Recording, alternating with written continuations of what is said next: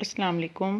قربانی کرنے کی فضیلت ام المومنین حضرت عائشہ رضی اللہ عنہا سے روایت ہے کہ نبی اکرم صلی اللہ علیہ وسلم نے فرمایا، ذی الحج کی 10 تاریخ کو کوئی نیک عمل اللہ تعالیٰ کے نزدیک قربانی کا خون بہانے سے بڑھ کر محبوب اور پسندیدہ نہیں، اور قیامت کے دن قربانی کرنے والا اپنے جانور کے بالوں، سینگوں اور کھروں کو لے کر آئے گا اور یہ چیزیں اجر و ثواب کا سبب بنیں گی۔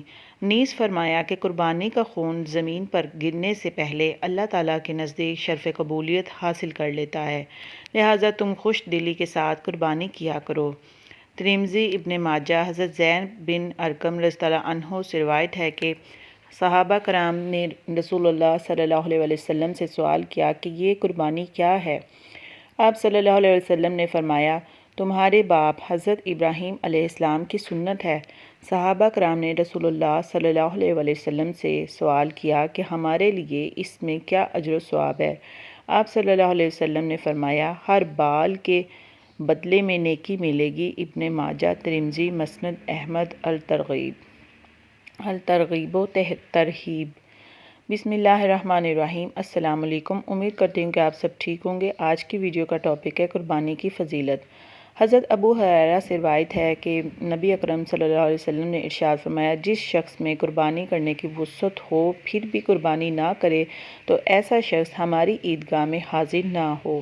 مسند احمد۔ ابن ماجہ، باب الاضاحی واجبہ ہی ام اللہ۔ حاکم۔ حضرت عبداللہ بن رضی اللہ عنہ سے روایت ہے کہ رسول اللہ صلی اللہ علیہ وسلم نے مدینہ منورہ میں 10 سال قیام فرمایا اور اس عرصے میں قیام میں آپ مسلسل قربانی فرماتے تھے۔ ترمذی۔ حضرت علی رضی اللہ عنہ سے روایت ہے کہ رسول اللہ صلی اللہ علیہ وسلم نے ارشاد فرمایا، اے فاطمہ، جاؤ اپنی قربانی پر حاضری دو، کیونکہ اس کے خون سے جو ہی پہلا قطرہ گرے گا تمہارے سارے گناہ معاف ہو جائیں گے۔ نیز وہ جانور قیامت کے دن اپنے خون اور گوشت کے ساتھ لایا جائے گا اور پھر اسے 70 گنا بھاری کر کے تمہارے میزان میں رکھا جائے گا۔ حضرت ابو سعید الخدری رضی اللہ عنہ نے عرض کیا کہ یا رسول اللہ صلی اللہ علیہ وسلم کے ساتھ خاص ہے یا آل محمد صلی اللہ علیہ وسلم اور تمام مسلمانوں کے لیے عام ہے؟ آپ صلی اللہ علیہ وسلم نے ارشاد فرمایا، یہ فضیلت آل محمد کے لیے تو بطور خاص ہے اور تمام مسلمانوں کے لیے بھی عام ہے، یعنی کہ ہر مسلمان کو بھی قربانی کرنے کے بعد یہ فضیلت حاصل ہوگی۔ الترغیب و ترہیب۔ قربانی کی فضیلت کے بارے میں مزید وضاحت یہ ہے کہ قربانی کے فضائل میں متعدد احادیث احادیث میں مذکور ہیں۔ بعض احادیث کی سند میں ضعف بھی ہے، مگر قربانی کا حکم قرآن کریم اور احادیث صحیح سے ثابت ہے، جس پر پوری امت مسلمہ کا اتفاق ہے۔ لہٰذا اصول حدیث کے مطابق فضائل قربانی میں احادیث ضعیفہ معتبر ہوں گی۔ قرآن کریم میں قربانی کا ذکر کس طریقے سے بیان کیا گیا ہے؟ قرآن کریم میں قربانی کا ذکر ایسے بیان کیا گیا ہے کہ نماز پڑھیے اپنے رب کے لیے اور قربانی کیجیے۔ سورۃ الکوثر۔ قربانی کا حکم جو اس امت کے لوگوں کو دیا گیا ہے کوئی نیا حکم نہیں ہے، پہلی امتوں کے بھی ذمہ قربانی کی عبادت لگائی گئی تھی۔ ہر امت کے لیے ہم نے قربانی کا طریقہ مقرر کیا ہے تاکہ ان میں چوپائے جانوروں پر اللہ کا نام لیں جو اللہ نے انہیں دے رکھے ہیں۔ سورۃ الحج۔